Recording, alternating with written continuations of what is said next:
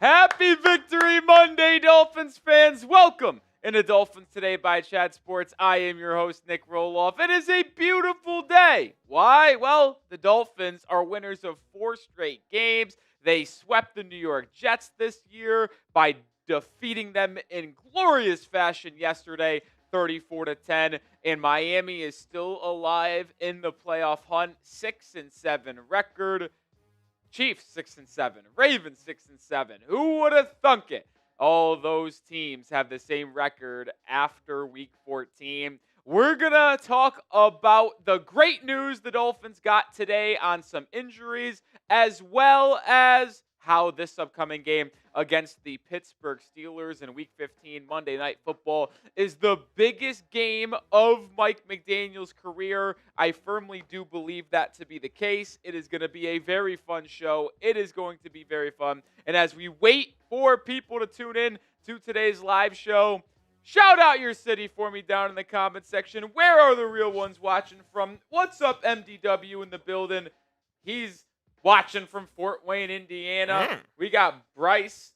We got Joseph in New York. Tyson in Miami. Added in Florida. Paul in Sarasota. Coop, how you doing?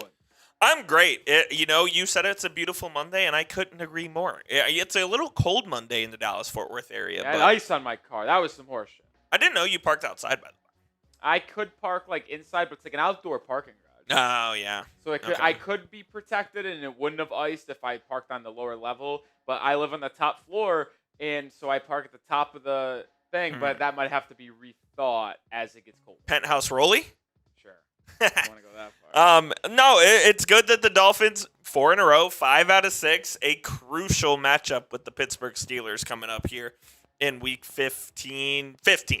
Oh, it's crazy that we're already in Week 15, but look, this is a loser leaves town game for one of the two, and if the Dolphins win, it could go a long way towards keeping Mike McDaniel. Well, I'll say this. Pittsburgh isn't done if they lose.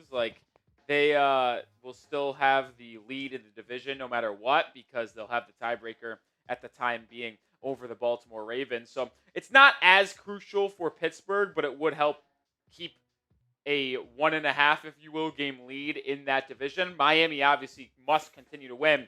Any loss the rest of the season practically eliminates Miami from playoff contention. But I think it's a massive game for Miami for more than just the playoff reasons. This could go a long way in either cementing the belief that Mike McDaniel should be fired after the season concludes. Yes. Or it could really reopen the idea of keeping Mike McDaniel, because we'll get into it more in depthly on today's live show. But what has always been the thing with McDaniel? Oh, it's that his teams never beat teams that are 500 or better.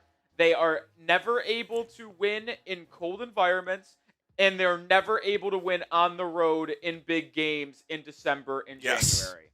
Well, check off all of those boxes if you win against the Steelers. Cold weather. It will be cold in Pittsburgh on Monday night. On the road. It's in Pittsburgh on Monday night. And it's against a team that is above 500 at 7-6. So big opportunity for the Miami Dolphins this upcoming week. But we also have some injury news to discuss as well. But I'll ask you this first. Is Dolphins Steelers the biggest game of Mike McDaniel's career? Let me know. Y for yes or N for no. It's also the poll on today's live show. Yes or no? I would go ahead and say no because he has coached in a playoff game or two. Nope. You think it is? I think this is it. And why is that? Because if he loses this game, it will only firmly cement, as I mentioned, the fact he needs to be fired. I think he is coaching for his job this weekend. I do not. I think maybe I'm wrong on this. I think his job status for 2026 is already secure. It might be, but if you want to actually change the fans of Dolphins fans or change the mind of Dolphins fans, yeah. I mean, if you lose this game, it's going to be same old Dolphins. They won a meeting. They somehow beat the Bills, but then this whole entire winning streak. Think about this. They have 5 wins in the last 6 games. Falcons top 10 pick. Saints top 10 pick. Commanders top 10 pick. Jets top 10 pick. You didn't beat anybody good this season. Let alone your 6 wins, 5 of them are against top 10 pick teams. Now, do you the think only win that's good is against the Bills? So if you go right back to shin the bet against a team that is a playoff caliber roster, then it's like, nothing actually changed. See, I think the Steelers are an average ball club at best. I think then that proves it even more. Then it is the biggest game of his career, because if he loses, he should be done. You just proved my point, Coop. Did I? Yes. By saying that they are an average ball club, it would further my point to a loss cementing the fact he should be fired. I don't know if I can go that far, because I like what Mike has done during this win streak. I like how the team has rallied around him. But it means nothing if you can't win a game against a team that is a 500, slightly above 500 team on the road. It means nothing. I like how he's revamped the offense and leaned into the run. And I like how he is using his best players. Listen, I agree, but it's been against horrible football teams. It has been. This is the biggest game of his career. But I just don't see the Steelers as, frankly, any different than any of these teams that they've played, really. But that is why it actually means more than. It means more to get a win in this. He should win.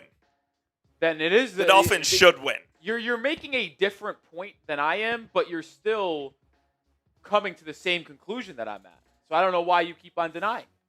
I'm not denying. I'm just having a conversation. But you said it's not the biggest game of his career. I don't think it is. He's already played in the playoffs. All of the things that you have said would mean it is the biggest. He has played it. He has coached in games of bigger magnitude than this. Not for him personally. You don't think so? No. You don't think the playoffs is a bigger magnitude? For him personally? You don't. What do you think's more important? Him winning a playoff game in his first 2 years as the head coach, or potentially saving his job? What are his priorities? Having a job. Over winning? Yes. So he's selfish. No, now you're just trying to spin it into your own way. The most important thing to any coach is having a job. I would hope it's winning. And if it's not, then it's a whole different conversation. Number one is having a job. Because you can't win without having a job, Coop. No, step one is having a job. So if he's coaching for the future of his career in Miami, that would make it the most important thing. I guess I just don't think he's coaching for the future of his career, but. Oh, he absolutely is. I mean, everybody who has got on the bandwagon of Mike McDaniel said, we should keep him again in 2026. They're going to go right back to saying, yeah, he can't be the head coach going forward if they lose. I don't agree in the court of public opinion, but I think in the opinion of Stephen Ross, he has already made his mind up. But, yes, I'm not debating that. But if you want to actually be the head coach beyond 2026, though, this game you need to win. I would agree with that. Okay, biggest game of his career. We both agree. Dolphins have a blank % chance to make the NFL playoffs. Give it to me. Give it to me. 15%. 15%? Right now, if they were to win out and finish 10-7, it would be 16%. So you actually think it's 1% less than what they're giving us? Yes, I do. Well, and it also depends on, how the Monday Night Football game shakes out. The odds can go up from there. The Dolphins just have to take care of business themselves. Win out, and then let the chips fall where they may. I'll say this, though, and we talked about this yesterday. If you would have told me that they had the same record as the Kansas City Chiefs going into Week 15, I would have called you a madman. The Ravens, too, before the year. I mean, those were the two favorites in the conference. You go back to August and you try to bet on who wins the AFC conference and is representing the AFC in the Super Bowl. The number 1 and number 2 odds are the Baltimore Ravens and Kansas City Chiefs. And Miami has the same record as them after Week 14. Now, that's more of an indictment on how bad Baltimore and Kansas City has been rather than Miami being good. But it's just kind of a funny little thing that if you told NFL fans before the year that the Dolphins, Ravens, and Chiefs have the same record after Week 14, you would have assumed, oh, shit, they're all 9-4 and winning their division? Not the case. Not the case. Most people are still going 5, 10, 12, 30, 25% in terms of Miami making the playoffs. I think 10% is a good number here. Listen, there's just got to be so many things that go Miami's way, and I do not think it ultimately happens. One, I don't think Miami wins the final 4 games. I'll will the bet that they go 2-2. I think they go 2-2 in these final 4 games. And they finish the year 8-9. Well, it also depends if the Patriots are resting or not in Week 18. I've come to the conclusion that I think it's highly unlikely they rest everybody. They'd have to win their next 3 games and the Broncos would have to lose 2 games. Yeah. Because if the Broncos are 1 game behind them, they have the tiebreaker.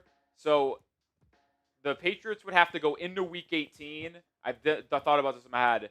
14-2, and the Broncos would have to have 4 losses for the Patriots to rest people. The Broncos play the Packers next week. They play the Packers. They play the Chiefs again. They play the Chargers again. The Broncos do not have an easy schedule, so sure, it is possible that New England beats their next 3 games or against the Bills at home, in Baltimore, and then in New York. It's possible they go 3-0. I'd be willing to bet they probably go 2-1 in that stretch, and ultimately will be playing for something the final week. If they're playing for something the final week, I don't like the Dolphins' chances there. But see, I also say this for people, and I'm going to call Ryan out here. He says the Patriots have had the benefit of the easiest schedule in the NFL. It's actually not true. Now, their strength of schedule might be the easiest, but if you look at strength of victories, aka who you've beaten, they do not have the easiest strength of victory. You know who does? Who would that be? The Denver Broncos. But no one talks about the Broncos having an easy schedule. That's what they want you to think. The Broncos' 11 wins this year have come against worse opponents than the Patriots' 11 wins. And I feel like they beat everybody by 1 score. Correct. And it's very interesting. It's very interesting. But now I will say the Broncos, like if they win a couple games here, that probably will flip between them and New England because the Broncos' hardest games of the season feel like they've all been jack-loaded in the final month of the year. They do. I mean, like you mentioned, they play the Chargers. They play the Raiders, I think, one more time. I think it's final week of the year. Yeah, they do. I think their next 3 games are literally against the Packers, Chiefs, Chargers, Raiders. That's crazy. So yeah, that's a gauntlet to end the year. Yeah. Yeah, I don't think the Broncos are that good. You know who I think is better than the Broncos actually is the Texans. They're hot. I think the Texans' defense is better than Denver. Big win last night. Now, I will say I think Denver's offense is slightly better than Houston's. I think that game might end 10-7. If there was a playoff game in the divisional round or wild card round, whatever you want to say, between Denver and Houston, it might end 10-7. I guess right now that would be the matchup, correct? No, because Denver, like I said, has the tiebreaker over New England. They're 11-2. New England's 11-2. So Denver technically is the 1 seed right now. Okay. Right now it would be Houston and New England in the 2-7, which would be a very fun matchup because I once again think that would be relatively low scoring.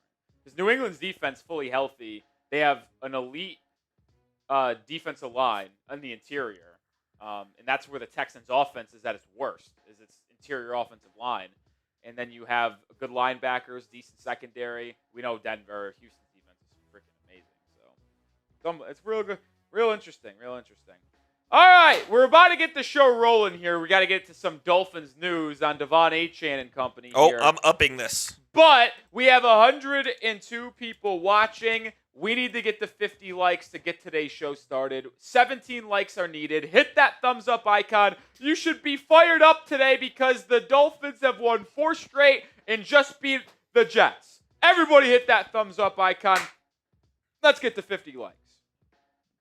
Tice says, Rolly, I think the Broncos would beat the Texans. O-line is bad. Broncos can take advantage of that. Yeah, I probably would lean Denver. I'd pick Denver to win. I think I would lean Denver. It also depends where it's played. If it was in Houston, which it's not going to be because Denver's obviously got the home field advantage, I think Houston would win at home. But in Denver, I probably would lean the Broncos.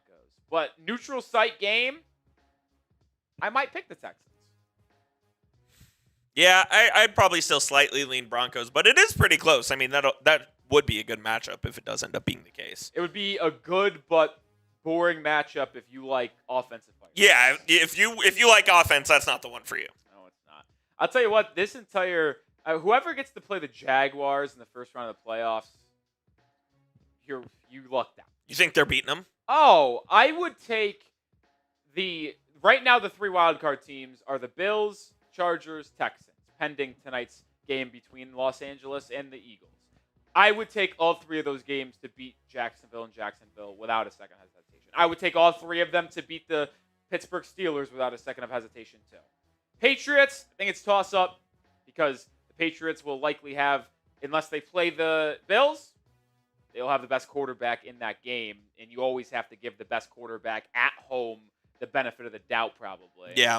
So it's interesting. Interesting. You don't think the Chargers would beat the Jags? I think they would. I don't think the Jags are good at all. Trevor Lawrence is terrible. Chargers-Jags the Jags had the crazy comeback, right? Yeah, that was when the Chargers blew like a 20-plus point lead or whatever it was. Do I feel bad about the Colts? Absolutely not. I don't give a shit about the Colts. Why would I feel bad for them? Why would I feel bad for them? Especially after what they did to us early in the season. The first game of the season. I just don't. There's no need to feel bad. Like, doesn't make sense why that would be a thing that comes to me. But we did cross 50 likes. Appreciate all of you guys. Time to get into our first segment on today's show. We got two segments. We got injury news to talk about, and it's positive. Plus, I'm going to detail why this is the biggest game of Mike McDaniel's career as Miami Dolphins head coach. Coop, when you are ready, let's get it rolling.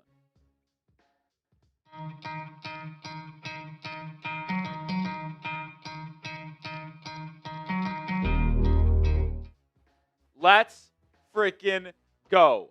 The best news possible for Miami Dolphins fans following the fourth straight win on Sunday and the season sweep against the New York Jets. De'Von Achane left the game on Sunday with a rib injury, did not return, and he is expected to be available for Week 15, Monday Night Football in Pittsburgh against the Steelers, according to Mike McDaniel. We'll showcase what McDaniel said to Dolphins reporters earlier today in Miami Gardens, but I want to go back to what he said following the game against the Jets on Sunday afternoon. He said that Achane could have returned against the Jets if they needed him in an absolute emergency. The injury happened when Achane ripped off a 29-yard run in the second quarter, and when he fell and got tackled, he landed on the ball, and he said he just felt a little bit iffy in that rib area, and Miami decided to play it safe since they were up 3 scores the entire game, essentially, in the entire second half. So good to not see a serious injury for De'Von Achane. Here is what McDaniel said specifically on Monday. There will be treatment. There may be some rest over the course of the week, but he's highly motivated for the game. And it's very important for the Dolphins to have De'Von Achane out there because not only is he the team's best player, but he is the most crucial individual to get the win against the Steelers in Week 15. And I'll explain why more in a second. But make sure you follow us over on social media, Dolphins Today IG on Instagram, Nic_Rohloff on Twitter/X, because we have more updates outside of our YouTube shows over on social media. I tweeted out the news on Achane earlier today, so if you didn't know that until you're watching this video, well, go follow me right now so you're up to date. But Achane being available against the Steelers is just as big can be. Like, I'm not even kidding. Is this crazy to say? If you had to make me choose between Tua and De'Von Achane and which one to have available for this game, I would choose De'Von Achane without a second of hesitation. Like, I truly believe Miami might still be able to have the same offensive success with Zach Wilson or Quinn Ewers than Tua, because that is how important Achane has been to the running game of Miami and how little the passing game has actually mattered in the last month when Miami's rattled off 4 straight wins. And the reason why Achane is so important is because you're going up against a defense that cannot stop the run. Over the last 3 weeks, the Steelers' run defense has been horrible. Back-to-back games where they've allowed over 200 yards on the ground. By the way, a Mike Tomlin team has never allowed 200 rushing yards in 3 straight games. Will Miami run for 200-plus against Pittsburgh? I find that incredibly unlikely, but do I think they'll find a lot of success? I do, because Pittsburgh not only has been bad in the last 3 games, but they've been bad all year long. They give up 125 rushing yards per game, 21st ranked in the NFL. And when you look at their advanced numbers, EPA per rush, run stuff percentage, both 27th in the National Football League. Pittsburgh is vulnerable on the interior of their defense. Yes, they have good pass rushers in Alex Highsmith and TJ Watt, but if you want to beat their defense consistently, you have to run it down their throats and make their pass rushers, linebackers respect the run, step up in the run, and then you hit them with some play action down the football field where they have struggled to defend in man coverage throughout the year as well. And Achane is the key to unlocking this. I mean, you look at what he's done for Miami this season, appearing in all 13 Dolphins games. He's currently third in the NFL in rushing yards, trailing only James Cook and Jonathan Taylor. By the way, has carried it 60 times less than both Taylor and James Cook, but averaging 86 yards per game on the ground, 5.8 yards per carry, averaging over 100 scrimmage yards per game. He's had 11 touchdowns. He has been as big of a contributing piece and initiator for this Dolphins offense as we've seen in the last 5 years. Like, if you go through the last 5 years of the Dolphins offense, has there been a player that has had more, like, reason to believe they are the success point than De'Von Achane this season? Like, last year, you could either say, oh, it's Jonnu Smith, Tyreek Hill, Jalen Waddle. 2 years ago in 2023, you could say, you got a lot of good stuff from Raheem Mostert. Tua was balling out. Tyreek Hill. 2022, Tua, Tyreek Hill. No, this year, it's De'Von Achane, and there's nobody else. Miami wouldn't have a chance to beat the Pittsburgh Steelers on Monday night on the road if they didn't have Achane. Jalen Wright and Ollie Gordon ran the ball relatively well against the Jets. But to be game planned against with no De'Von Achane, I don't think Miami really would have stood a chance in this game. So it's crucial, key, big, whatever synonym or acronym you want to use. That is how De'Von Achane is important to the Miami Dolphins. And who you got? We're going to do an early look ahead here soon and preview later this week. Yeah, preview's back. Who would have thunk it when we were 1-6? Type those MIAs or PITs on who you think is going to win this game, Dolphins or Steelers. More injury news here. How about a return? Andrew Meyer is returning to practice. And you're like, Andrew Meyer, who's that? Well, he's been on the PUP/IR since training camp. Yeah, he hasn't played a game for the Dolphins this season. Heck, he hasn't played a game in his career in the National Football League, which is why Andrew Meyer returning is so interesting and fascinating for the Miami Dolphins, because this offensive line has had a lot of injuries this season. There's no doubt about that. But with Austin Jackson back in the fold, you have 8 offensive linemen. Daniel Brunskill has been key for Miami. He's been your 6th lineman in that personnel package, but he's also been the backup to Aaron Brewer, Cole Strange, and Jonas Avianaya all year long. Austin Jackson back, which means Larry Borum is on the bench as that swing tackle, that offensive tackle that backs up Paul and Austin Jackson, but you also have Kendall Lamb still there, someone who has not appeared in a meaningful snap this season for the Miami Dolphins. So Andrew Meyer, where does he fit on this offensive line depth chart when he eventually returns? Well, we'll talk more about that here in just a second. But this episode is brought to you by Prize Picks. You and I make decisions every single day, especially during the holiday season, what gifts to buy, what to eat, what game to watch. And there is one place where it feels good to be right. That is Prize Picks. Your fantasy football season might be over. Playoffs start this week in most fantasy leagues. If you're out, you don't have to wait till next year to make your draft. Just pick your favorite players and win when they hit their projections every single week. Just go more or less on at least 2 player stats. And if you get your picks right, you could cash in. For example, I got more than A.J. Brown receiving yards, more than Kamani Vidal rushing yards for the pivotal Eagles-Chargers Monday Night Football game. We'll talk more about why it's pivotal here in just a second for the Miami Dolphins. But download the Prize Picks app today and use code CLNS to get $50 in lineups after you play your first $5 lineup. That's code CLNS to get $50 in lineups after you play your first $5 lineup. Prize Picks. It's good to be right. When you think about Andrew Meyer, it's clear that Miami likes Meyer a lot. It is so evident based on the history that Andrew Meyer has had with Miami over the last 2 years. There was also a lot of buzz that he was playing at an exceptionally high level in training camp prior to his injury. If you are curious on who Andrew Meyer is, I'll do a quick refresher here. He was a UDFA in 2024 out of UTEP. Now, he spent the entire 2024 season on the Dolphins' 53-man roster. No, this is not a practice squad guy. He was on the 53-man roster. But he did never appear in a game last season, mostly because he is a backup center, and Aaron Brewer, since signing with the Miami Dolphins, hasn't missed a game. So he's never had to step in to the lineup for the Miami Dolphins. But I want to go back to August 26th when Barry Jackson tweeted this out, mentioning that Andrew Meyer was placed on IR with a designation to return. He was the best backup O-lineman in camp before his injury. That is so interesting to me because multiple people said that. Barry Jackson said it.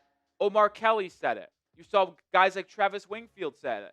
Almost every single reporter that was at every single available Dolphins training camp practice was glowing and raving about Andrew Meyer. I don't think he would have started for Miami this year, obviously with James Daniels being the projected starter alongside Aaron Brewer and Jonas Savinaya, but this is someone that played well in August before the injury, and Miami values quite a bit. And if you go back to his preseason PFF grades in 2024, the last time we saw him on the field, it was all right numbers. For, a UDFA rookie to put up those type of numbers, well, it wasn't too bad. So I think having him return is certainly interesting. And then you have the conversation about who does he actually replace on this Dolphins depth chart if he's activated the 53-man roster, because his 21-day practice window will open officially on Thursday when Miami returns to practice, which means he has to be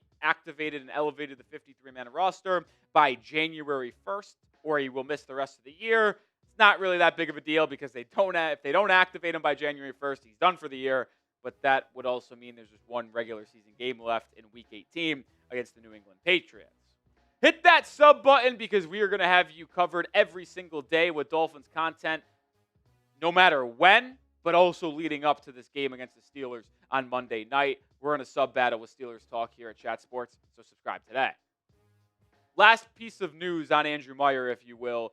If you're asking me who he's going to replace on the Dolphins 53-man roster, I do not think they would bring Meyer back, have 2 backup offensive tackles, and 2 backup interior offensive linemen. So I imagine Kendall Lamb would ultimately be released to make room for Andrew Meyer on the roster.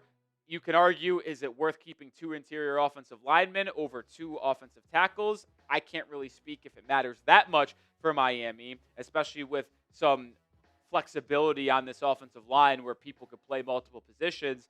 I also think that they trust Larry Borum to replace Patrick Paul or Austin Jackson if one of them got hurt, because we've seen Larry Borum play well this year. So having Brunskill and Andrew Meyer on the roster could make sense for Miami. Also, Kendall Lamb has not appeared, and Kendall Lamb was a coaching, healthy, and active this past Sunday. They have Keon Smith on the practice squad. He was elevated to the active roster, and they made Kendall Lamb inactive, so he would clearly be the one on the out, in my opinion.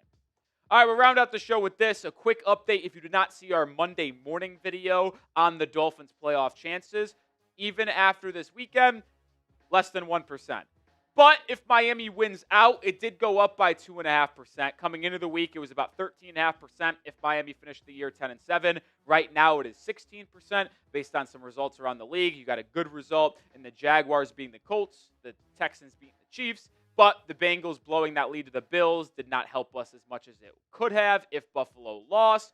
But tonight's game, if you're watching this during, after, or before the Eagles-Chargers Monday Night Football game, it's massive. It is a major swing. We showed it. 16% chance if Dolphins go win out to make the playoffs. That jumps up 7% to 23% if Philadelphia wins and the Chargers lose to fall to 8-5. You'd have 3 teams at 8-5 this season, that being the Chargers, that being the the Texans and the Colts. Had a brain fart there. Now, if the Chargers win to improve to 9-4, that percentage for Miami drops down to 11%.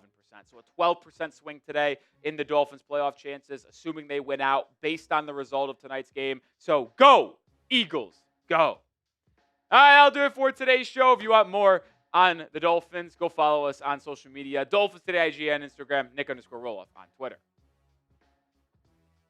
All right, first segment down. What's up, Brian Aycock? Brian Aycock changing in. Oh, I don't think that's him. It's a fake Aycock. There's a fake Aycock? How bad you got to be? That's weird. Tyson asks, because that's a different profile picture from yesterday. Yeah. Yeah, I know. We sniffed it out immediately. You can't get that past us. two things for you in that. Number one, uttering the words "Go Eagles" is just disgusting. Yeah, I don't love it, but number two, you think De'Von Achane would be a bigger loss than Tua? absolutely. I'm gonna hard disagree with you there. And I know De'Von Achane's a top 5 back in football. This team with Zach Wilson or my GOAT Quinn Ewers at the helm would not win a ball game. Shout out Brett McIntyre, by the way. The new word he taught us on Sunday, foreboding, was unwarranted. You're right. We dominated him, Brett. Shout out to you. Shout out to you. Anyway, let's ask the people. Who is more important? I'll make it our new live poll. Yeah. Who is more important for the Dolphins in the game against the Steelers this Sunday? I know what the people are going to say. Tua or De'Von Achane? Because they all hate Tua. That's not true. We have a lot of Tua defenders in the chat. The fact of the matter is, if you don't have Tua, you are losing. I don't think that's true. Coop, hold on. Make the poll. More important versus Pittsburgh? More important versus Steelers. De'Von Achane or Tua? Because the truth is, Coop, has there been a game? You've been here every game but one. The only game you missed was the Panthers game. Has there been a game that the Dolphins have won this year that you can point to and say Tua was the reason why they won that game? The answer to that is no. Correct. However, if you replace Tua with Zach Wilson or with Quinn Ewers in some of those games, some of those wins would have turned into losses. I don't think that's the case. The Commanders game, you lose. That's at least one of them. Is it? The Dolphins, yeah. Tua didn't do anything in that game. Yeah, and they won by 3. Exactly. You're not getting a better performance from Zach Wilson or Quinn Ewers. I think you would get equal performances from Zach Wilson in the last 4 weeks. Yes, they would. No chance. Dude, Zach Wilson blows, dude. Tua blows. Well, yeah, but not as much as Wilson. Oh. Tua is just as average gets. Zach Wilson is not average. He is bad. But we've seen him put together good stretches of football. In when? Not with the Dolphins. The Jets were 6-3 with Zach Wilson at quarterback. Not with the Dolphins. Okay, but that's still Zach Wilson. The Tua is a shell of himself, bro. If you watch Tua in 2023, I agree. He's a complete compared puss. to him, you would think literally he was cloned, and the clone is now the quarterback. This team has no chance. I'm not trying to make the argument that Zach Wilson is better than Tua. No, I know what you're saying. I'm just making the argument that if the Dolphins wanted to win this upcoming Monday, it would be more key to have De'Von Achane than Tua. I'm not kidding. You put a gun to my head right now, and you guys all saw it on camera, gun at my head, and you said, lie detector test. Who is more important for the Dolphins to win this upcoming Monday, De'Von Achane or Tua? If you lie, you get shot. I would answer De'Von Achane, and I would live. That's crazy to me. And it's not even me hating on Tua. No, I know it's not. I know where you're coming from. I've said bad things about Tua. I've also defended Tua a lot in the past as well, which is what people I don't think understand. They just call me a Tua hater. You literally made content. You can go find it. It's a digital footprint about how important, how good Tua has been and is for the Dolphins. And then he has a horrible year last season and a horrible year this year. But before the 2024 season, I was defending Tua. I was talking about how he should be paid and should be extended. And then now it's gone in the completely other way. As I expected, 72% of you saying De'Von Achane. So the majority, 32 people, only 32 votes. So, but man, let's say Mac Jones, the QB of the Dolphins. We have a lot of comments in him. I don't think anything would change. I really don't think anything. If Mac Jones was the quarterback, no, not much would change there. I think the Dolphins would be exactly where they're at right now. Mac Jones would drive the bus. Mac Jones and Tua are in the same tier for me. I agree. Now, it's bad that one's getting a paid. backup quarterback Right. and one's getting paid $50 million. That's the issue at hand here, folks. That's the issue. It's not more or less Tua's play. If Tua was Tua's play has been bad, yes, but when you get paid the money that he gets paid, that rises expectations that you should be playing at a certain level. So when you don't play at that level, you get a lot of criticism. If Tua was making $15 million instead of $50 million, oh my God, yeah, we would have way less of an issue. We wouldn't care. Like we would be saying like, all right, Tua's probably not the guy long term, Correct. but you're not like saying he sucks. You're not invested in him. Yeah, because you're not invested. Correct. You're not, but you're paying him $50 million. There's the expectation that you should be elevating the team, and the Dolphins' offense is succeeding, and they are winning in spite of him. He played horrible. He was not against good. the Jets yesterday.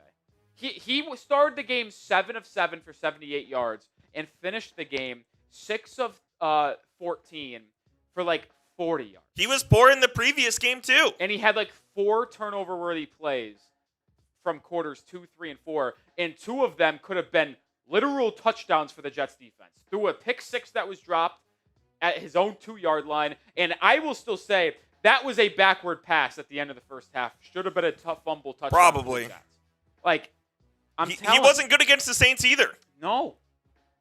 I'm not saying Tua is good. Like, don't get me wrong.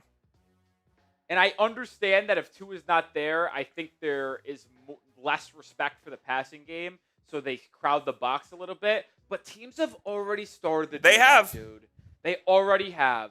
Like, you watch Tua do a drop back pass with no play action, no like trickery, no screenplay, just straight drop back and throw the ball. It's ugly. Ugly.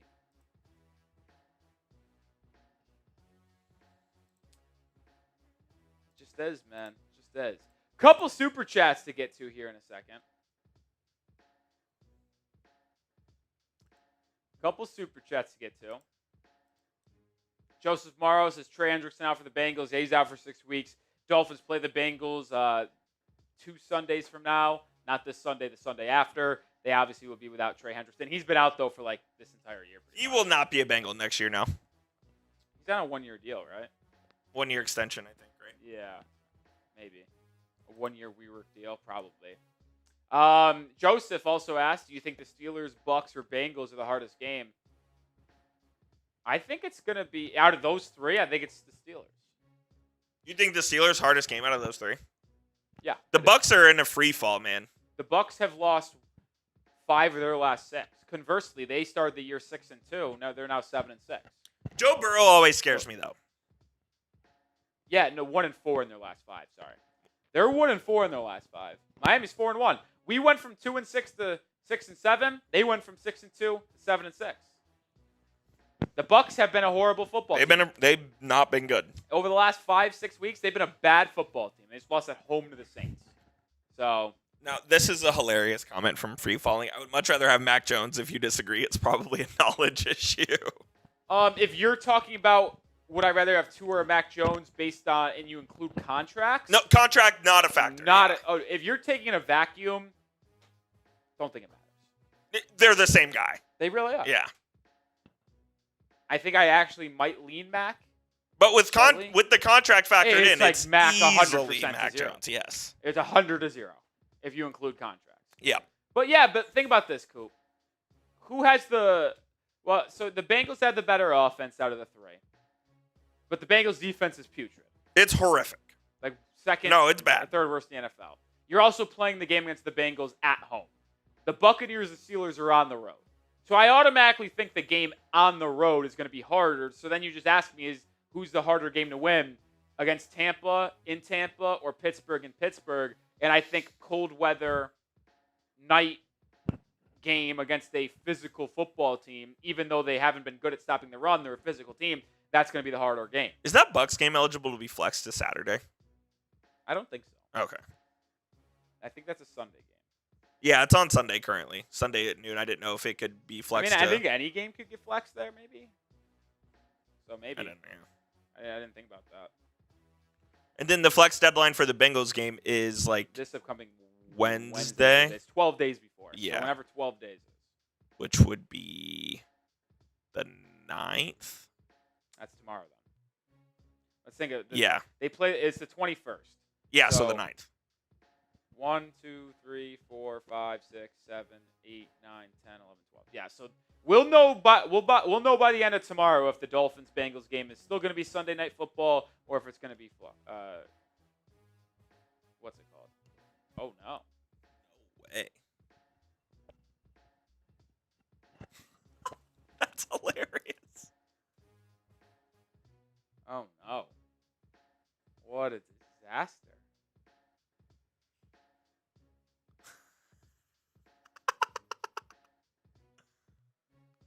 Get it fixed in the next hour.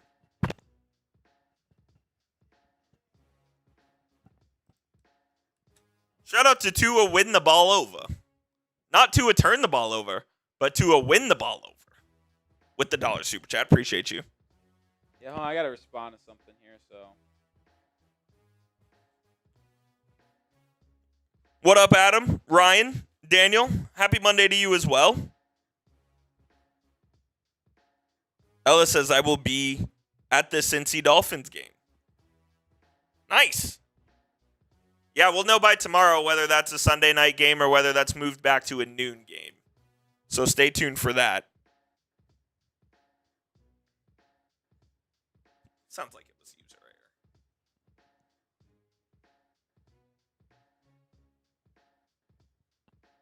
error. Let's see. Coming up next, we are going to talk about whether or not this is the biggest game in Mike McDaniel's career. It's an interesting conversation where Rolly and I tend to disagree on. But he'll lay out his argument here momentarily. Yeah, I just had to respond to something. All good? Yeah, just interview potential stuff. Got it. So. Yeah, we got a video coming up here in a second. That's unbelievable. Oh, it's insane. User error. How it got? If he just said to the second floor and it got stopped, how was that user error? It would only happen to him.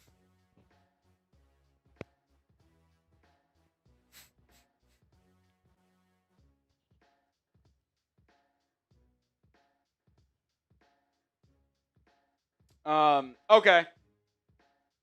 Let's get into the last segment on today's show. Let's get right into the news.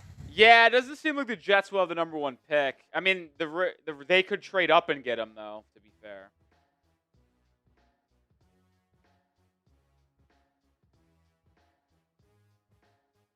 So, just want to interviewing for a new job? No. I am interviewing people to work here. And I was going to do an interview on Thursday with a new candidate, but I actually already interviewed him last week. I'm taking over. Yeah, Coop's taking over. JK. Coop's taking over Dolphins Today. Your one-word reaction, go. Bad. Let's hear it. I want to see what the people in the live chat would say. Your reaction, go. No, I don't want them to disrespect you. I want to hear what they would have to say. Some would be happy, maybe. Some would be pissed. I feel like you've got a fair amount of haters on Dolphins Today. Yeah, a little bit, yeah. Ryan says, look, he wants to be gone already. Ryan, I appreciate that, but I think Rolly and I are in our correct lanes. Rolly's not going Paul anywhere says, for the no. record. Paul says, oh, no. Oh, no. I guess I'll take that, Paul. I'll take that. Oh, no. Oh, no. Rolly's not going anywhere. No. Rolly's putting down his roots here, man. Good point. Coop doesn't even know what venison is. Thought it was duck. Venison's deer. Yeah, now you know because I informed you last week. I always You knew. thought it was duck. It was unbelievable. I don't know if that's on the internet. Yeah? Yeah, he said it last week. Someone asked about venison, and I was like, yeah, venison, I've had it a couple times. And he goes, oh, you tried duck? And I'm like, duck? What are you talking about? I don't think that's exactly how the conversation went, but You definitely said you thought it was duck. I don't know what live it is. it I'll will find be edited out by the time anyone looks. I don't actually remember what live it is either, to be fair. It was either last Monday or last Thursday. It was one That's of good those two. stuff, though. All right, shout out Joseph Morrow with another super chat. Can you please now leave the channel? No plans to leave. Rolly will be here. I will be here. I will be here. The only way I'm not here is if an asteroid hits the Earth. Martians point the death beam. Martians point the death beam, and we didn't choose Iguodala. Give me Tua. And we didn't choose Iguodala. We didn't choose Iggy. The death beam was pointed at us, and we went with Steph Curry. Fuck, we lost. We're dead. I'll ask you this, and then we will get into our next segment. One shot or you die in the NBA. Are you still taking Steph at the moment? What's the shot? Down 1, 4 seconds left. Inbounds from So it's literally any shot? side out of bounds, down 1, 4 seconds left. The answer was never Steph, though. I think the point that he was trying to make is like, you need a clutch 3 is the question. Down 2, 4 seconds left. Yeah, the question should be down 3. Like, there's nothing other than a 3. You can only take a 3. Because if you are asking me to get any bucket, I know he might not have the best numbers. I will always have faith that Kevin fucking Durant will go get me a bucket. Yeah, I'm Katie. But if I need a 3, then obviously Steph Curry is going to be my call. If I'm down 3, death on me if I don't force OT, yeah, I'm going to Steph. But if it's 2, if it's 1, it's tied, I don't even think I would put Steph in my top 5. I like that. I like that. Currently, I don't think I would. Yeah, I'd rather have SGA. I go, yeah, Durant, SGA. Because SGA is going to get me a chance at the line or even a shot in the mid-range. That's going to be a better look than Curry. Brunson? No, fuck that. I know you hate him. Yeah, no, I wouldn't do that. Your boy Jimmy? No, Jimmy was a coward. I love him, but he's a coward in those moments. He actually had a terrible track record in game-tying or game-winning opportunities in Miami. Yeah, horrible track record. He hit some big shots. There's no doubt about that. But in game-tying or, like, game-winning, he didn't have the best numbers. Death beam pointed to me. I'm going KD or Curry. I'm also taking 77. Yeah, there's no chance there. I'd go Kawhi over both. He has an unbelievable buzzer beater record. I'd go Kawhi. Over both. Kawhi can't play anymore. What do you... Did he got Chris Paul basically fired from the Clippers because he can't play defense anymore. I didn't know that you needed to score or include a defense. I mean, it's a two-way game now. Do you see what I have to fucking deal with? This guy's unbelievable. It's a two-way basketball game. He's asking me about who would you want to have. Oh, I shifted the conversation. No, we're talking about. That's why I would rather have Kawhi than the two people you mentioned in the scenario we talked about. Oh, I'm taking Luka over Kawhi to get a bucket. I'm taking Kawhi. Like I said, if I'm down 2 or it's an 1-point game or an even game, give me a guy that can rise up and get a shot in the mid-range, literally any shot, that he's going to take it and you're going to not be able to contest it. You can contest a Curry shot. You can contest a Brunson shot. You can't contest a KD shot. You're not going to contest a Kawhi shot. That's a very fair point.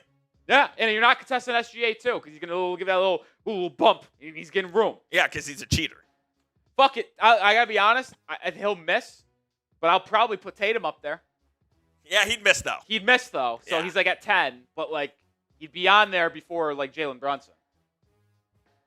If I only had 4 seconds and I can't get a screen, and it's like you catch I would take bag JT. work, I'd go Tatum. Yeah. Like in this hypothetical, we're catching the ball in bag work. We can't call a screen. We're going to screen. We're going to switch. All right, now we can talk Brunson, talk Curry. Luka's up there with me. But I get ball top of the key 4 seconds. We got to make a move and go. KD's number 1. KD's so good. KD's number 1. You know who's having an incredible year? James Harden. Yeah, he's been good. He'll get a good look. Yeah. He'll be one of those guys, like, it doesn't matter who's guarding him. He will get off a look. Yep. Honestly, is it crazy? You got to put Halliburton up there. Doesn't matter. He's got devil magic. Makes him. Tyrese Maxey? No. Not yet. Not on that. I'm looking quickly around the league to just think about more guys.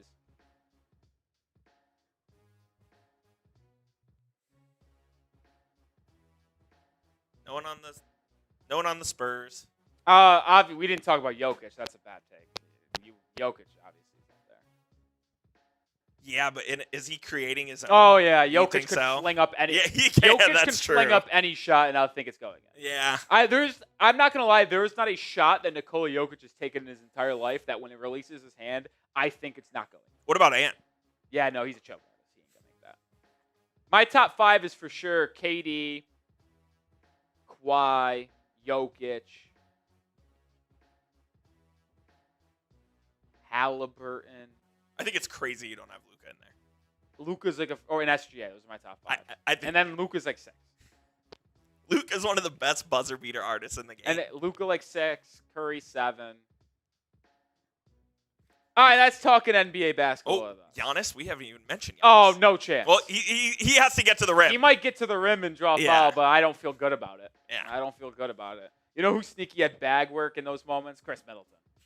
Kind of, yeah. Yeah, he was a bag man.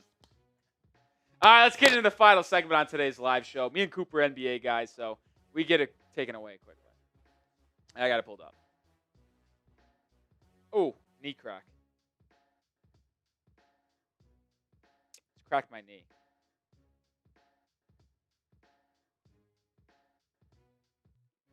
Honestly, I feel like the knee crack, it's low-key underrated crack. Yeah, imagine some people. Sleeping on Tatum. Listen, Tatum misses a lot of game-winning opportunities. Not out there. All right, let's get into it. No more NBA talk, even though I do like talking NBA more than the NFL. All right. That's true. I mean, I've been very open about it. I'm a hooper. I like basketball as a sport way more than football. So let's do it. Here we go. You saw the title. You saw the thumbnail. I absolutely believe, without a shadow of doubt in my heart, that this game, Dolphins, Steelers, Week 15, Monday Night Football, is the biggest game of Mike McDaniel's career. And that includes 2 playoff games. Includes a winner-take-all AFC East showdown between him and the Bills for that crown. I'll talk about it and explain why. I mean, obviously, winning would keep the playoff hopes alive. And this was filmed on Monday afternoon prior to the Chargers game. So who knows if the Chargers are 9-4 or if they're 8-5. But Miami has creeped back up into the playoff discussion. They've went from 2-7 to 6-7. They've won 4 straight games, defeating the Bills at home, the Commanders in Madrid, the Saints at home, and then this past Sunday going on the road and beating the Jets 34-10. Which, oddly enough, you now have 2 wins 34-10 this year, both on the road. Remember, they beat the Atlanta Falcons 34-10. But why is this the biggest game of Mike McDaniel's career, in my opinion?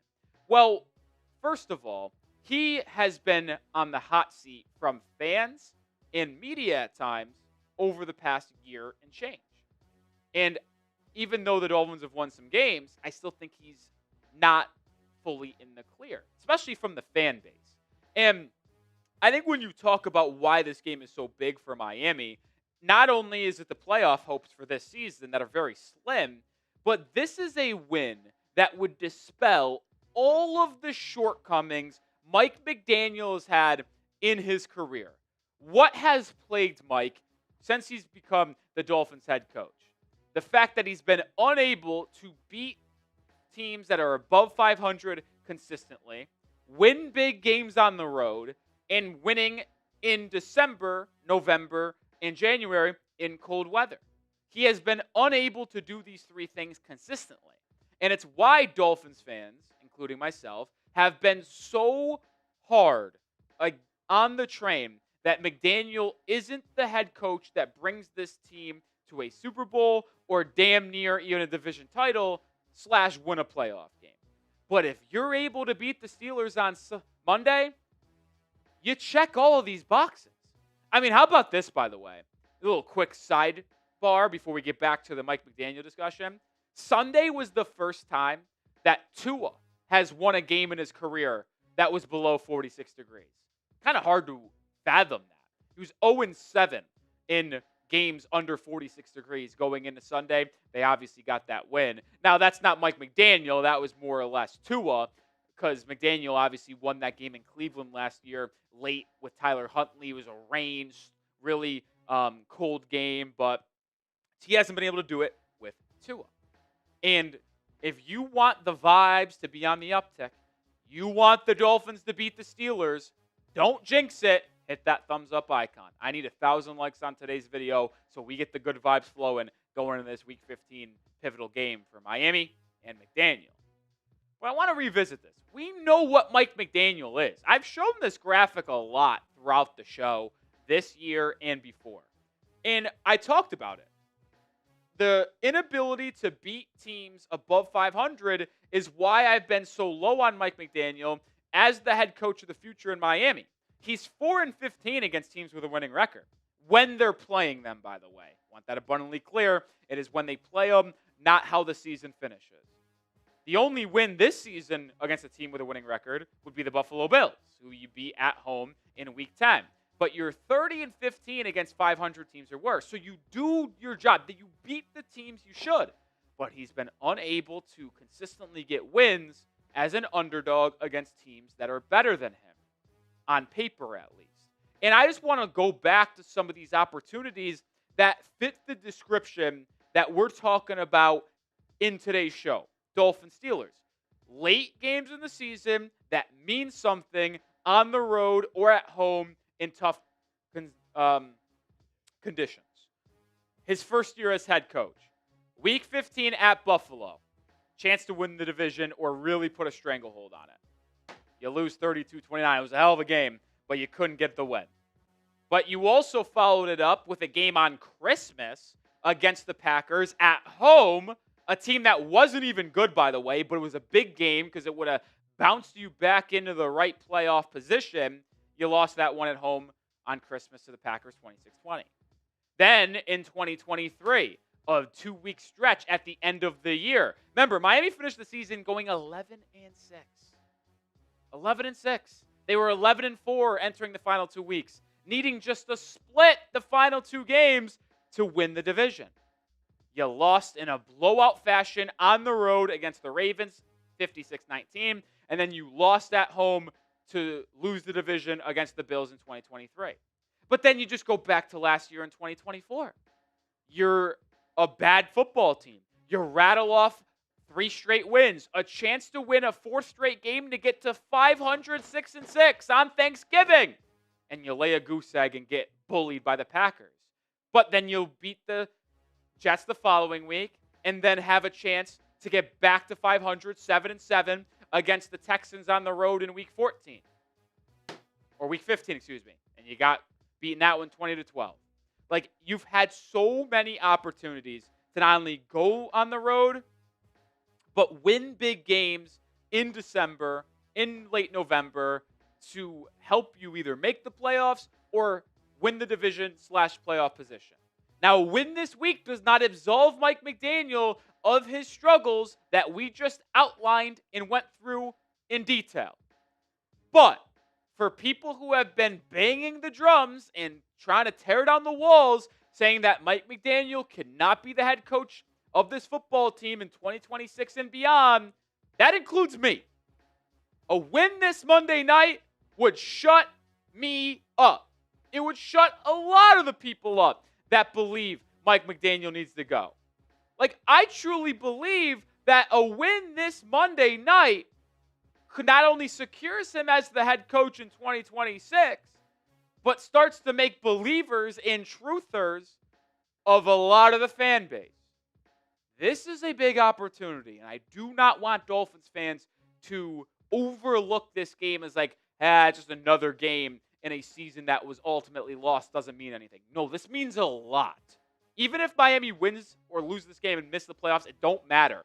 The result of this game, how the Dolphins show up and play, how detail-oriented they are, how disciplined they are, how they are coached, means a lot for the future of the organization and Mike McDaniel.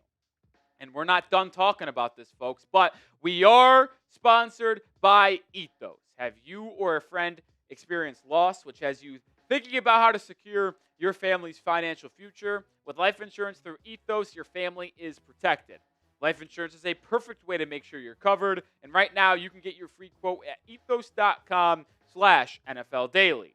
Ethos is an online platform that makes getting life insurance fast and easy to protect your family's future in minutes, not months. There's no complicated process, and it's 100% online, no medical exam required. You just answer a few health questions.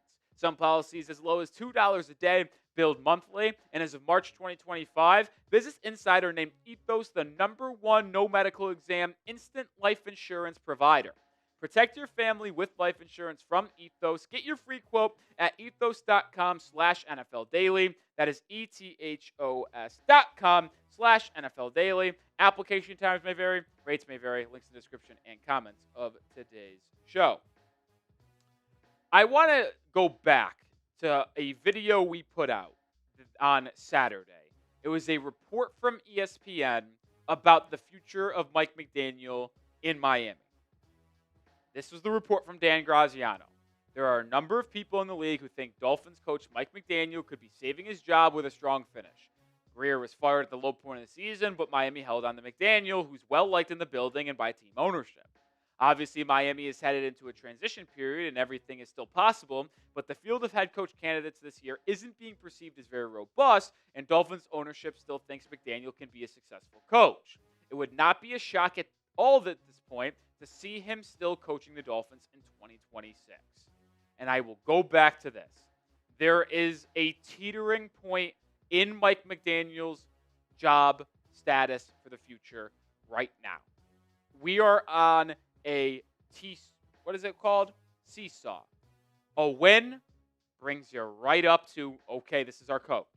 A loss brings you, this is the same old Mike McDaniel. Like, I'm not kidding. A win on Monday might actually have me believing the Miami Dolphins should be best in their decision to keep Mike McDaniel. And I had this debate with Coop as well, and why I think this is the biggest game of his career. And you're like, how is it bigger than a playoff game? Well, remember, those 2 playoff games that he coached in those AFC East matchups were in his first 2 years when things were going well. And it's like, okay, yeah, even if you lose these games, there's not a question about your job status. Keeping your job is the #1 thing as an NFL head coach. That's the #1 thing. Got to be employed. #2 is winning meaningful games. But like, for this to mean so much for the future of his job is why I think this is such an important game for him personally and why it's the biggest of his career. And like, I'll go back to the potential list of head coach candidates in 2026. Like, you look down this list. You've got a couple former head coaches in Robert Saleh, Vance Joseph, and Mike McCarthy, who I think all are really good options. But the question you come back to, and you go back to that ESPN article as well about the kind of head coach market not being robust, if you will. Well, how many names can you sit up here and say officially are better than Mike McDaniel next season? Maybe one, and that's a maybe. Like, you can't guarantee that Robert Saleh, Vance Joseph, Mike McCarthy, any of these other first-time head coaches are going to be better than Mike McDaniel. You can't guarantee that. So if you can't guarantee that, and McDaniel gets a win in a big-time environment on Monday, well, then you should probably keep him for at least 2026, right? We're going to continue and end the show here in a second, but hit that sub button. Join the channel for nonstop Dolphins coverage, whether it's news about the coaching staff, injury news, we got you covered. And now we'll turn our attention to this. Call it optimism, folks, but I do think this might be the big game that Mike McDaniel finally wins. And that would do a lot for him and in Miami going forward. But why do I think this and have so much optimism? Well, it's because Miami has become one of, if not the best rushing attack in football over the second half of the year. Over the last 4 weeks, the Dolphins offense has had over 150 rushing yards in every single game. First time since 1977 that they've done that in 4 consecutive games. And you look at the Steelers' run defense, like if you did a trends chart, Steelers' run defense has been going like this. Miami's run offense has been going like this. I mean, they allowed 200 rushing yards plus in back-to-back games. First time that's ever happened under Tomlin, and it would obviously be the first time it happened in 3 straight games if Miami can do it this upcoming Monday night. But it's not like this is like a revelation for the Steelers. No, they've been bad defending the run all year long, ranking in the bottom half in almost every single advanced rushing defense analytic, especially in EPA per rush and run stuff, both ranked at 27th in the NFL. This is not a good run defense, and that is where they're vulnerable. And with Miami having so much success on the ground, De'Von Achane being healthy, I think Miami, and healthy is a stretch, just being available, if you will, this is where Miami might be able to strike and get a win on the road in a tough environment. So let me hear it. Confidence level in the Dolphins beating the Steelers. Scale it 1 to 10 for me down in the comment section. Let me know your thoughts. I said I feel good about it. I'm going 7-7. I'm going 7-7. I know that's aggressive. I know you're going to look at me and say 7-7 for a game on the road in December against a 7-6 Steelers team playing for their division lives. Yeah, I do. And it's because of that run defense that the Steelers have. It's horrible. And the Dolphins offense since week 8. Why did I choose week 8 as the metric here and not just the last 3 or 4 weeks? Well, it's because the Dolphins won on the road in Atlanta in week 8. That set off 5 wins in the last 6 games. The Dolphins, in that sample size, are the 3rd best rushing offense in the NFL in EPA per rush, in rush success rate, only trailing the Chicago Bears, and I'm actually spacing on the other one. The Bears were number 2. In EPA per play, they're 10th, and success rate, 7th. The drop back EPA, so the passing is still average, but top 10 offense, top 3 run offense. Like, come on, Mike. This is your time. This is it. This is the biggest opportunity of your career to this point to prove that you should be the head coach of this football team in 2026 and potentially beyond. You lose this game, and the last 3 wins, 4 wins are all for nothing. You're out of the playoffs, and you proved once again you're not able to go on the road and beat a team in cold weather in a big primetime game. Time to change the narrative, Mike. And if you can do it, you might start to win over Dolphins fans all over the world, including me. And that will do it for today's show. We'll continue to have you covered leading up to this big-time Monday night game in Pittsburgh. So subscribe and join the channel right now. Oh, there's the news. There it is. We talked about it right before we filmed that video that we might have a flex and the NFL would have to make a decision by tomorrow afternoon on if Bengals Dolphins would stay on Sunday Night Football. They have made it. They will not be staying on Sunday Night Football. Dolphins Bengals will now be played at 1 p.m. on Sunday, December 21st. 21st. The Patriots and Ravens moved to NBC. Interesting. Not surprised. No, not surprised. Ravens will be playing for their playoff lives. New England's been a good team this year, very popular team, believe it or not. It's kind of crazy that the general public, I think, is like borderline liking this Patriots team. Yeah. It's because of Drake May. Drake May's. Like, yeah, if they had Bo Nix at quarterback, I don't think people would feel that way. I would agree. It's basically just a quarterback, and everyone loves Drake May. But it is crazy how much that has changed. Yeah, it's fascinating. So one less primetime game than originally scheduled. What is it? What's the famous line from The Dark Knight? You either die a hero or live long enough to see you become a villain. Yep. I think every single cool, awesome, fun, good young player is beloved, and then there is a point where they become unbearable. Will that be Drake May? I'd put money on it. Yeah. I mean, think about Patrick Mahomes. No, you're not wrong. No one likes him anymore. Was there a person in 2018, 2019, 2020 that rooted against Patrick Mahomes outside of Patriots fans because he was getting compared to Brady? No. Now I think there's 80% of the NFL world dislikes him. I would agree.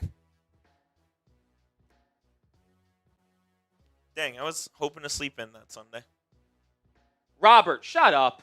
You're just fucking annoying, dude. Shut up. I just gave him props that entire fucking show.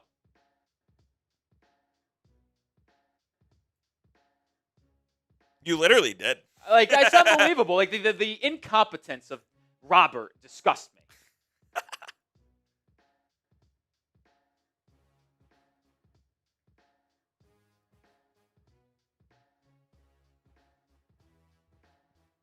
Also, I've given him a lot of credit for running the football more in turning the team around. But I still don't think he's the coach of the future. A win on Monday changes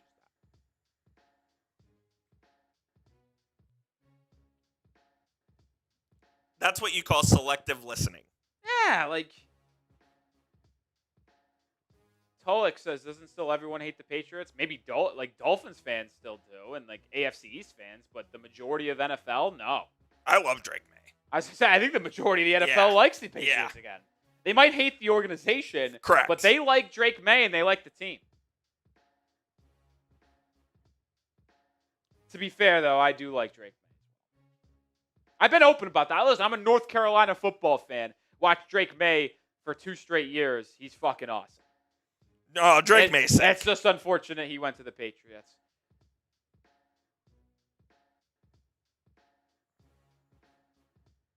Yeah, no, I got you, MC Gaming. Listen, I'm not going to shy away. I flame Mike McDaniel all the time.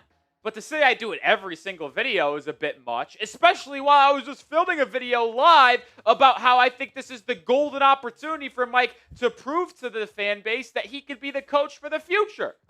I was giving him credit and giving him an opportunity. Damned if you do, damned if you don't. Yeah. Like, if I came up here and said, I don't care what happens on Monday, I still want Mike McDaniel fired, I mean, that I could see where that's coming from. No doubt. You are a fair man.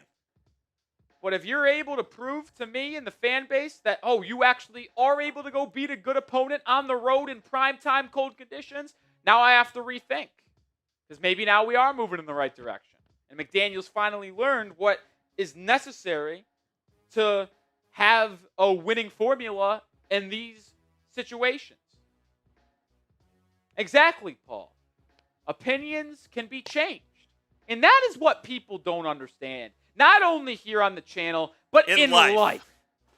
The amount of times that people have and form an opinion on a certain matter, ultimately change their opinion, but then get flamed by the public, no matter what it is about, sports, politics, movies, they change their opinion based on more information, more time passes, and they're like, you can't change your opinion. You hated them or hated it earlier. Well, I can't change my opinion? I'm a robot that says one thing once and can't change? This isn't communist China. Ridiculous. Like, if Mike McDaniel wins this game and the Dolphins are detail-orientated, ready to play, come out with a physical mindset, and get a win, I mean, I'm going to change my thoughts on what I think Mike McDaniel can do as a head coach going forward.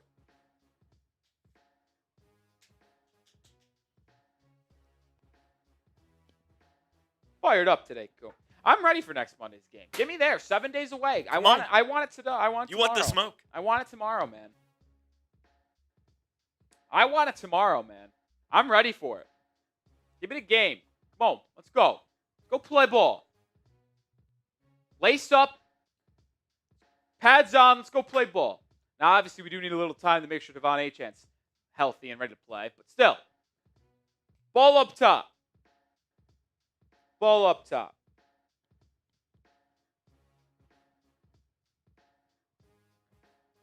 This is the last question we'll answer before we probably get out of here on today's show.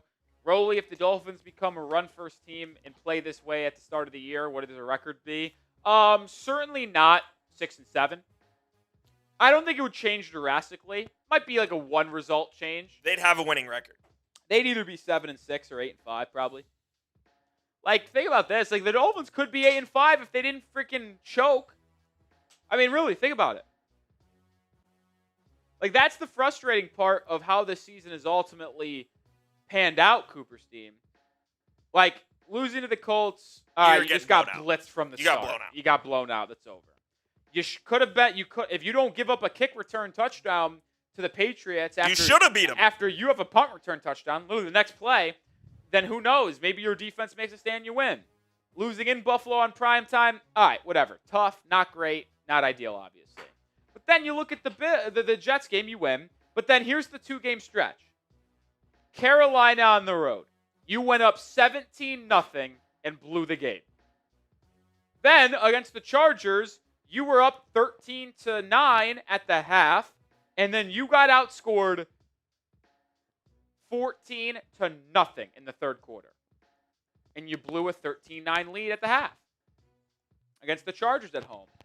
Like, if you don't blow the game against the Chargers, you don't blow the game against the Panthers, that doesn't even change the play style of this Dolphins team, by the way. You play the same way, but you just don't have a collapse against Carolina and Jalen Phillips sacks Justin Herbert on the final drive of the game and against the Chargers, and you're 8-5. Like, seriously, how crazy is that? The Browns game was bad, too. Browns game was bad, too. All right, that's going to do it for today's show. It was a good show. Appreciate everybody for hanging out with us here on a Monday night. We'll be live again on Thursday, and then we'll be live on Monday. Some spirited debate today. Spirited debate. Brace debate. It's going to be a fun week leading up to Dolphins Steelers on Monday. That certainly will be a fun game in its own right. So stay tuned. Hang out with us throughout the week. We'll video out every single day. 2 videos a day, that is. So be subscribed. For Rolly, for Coop, peace out. Adios.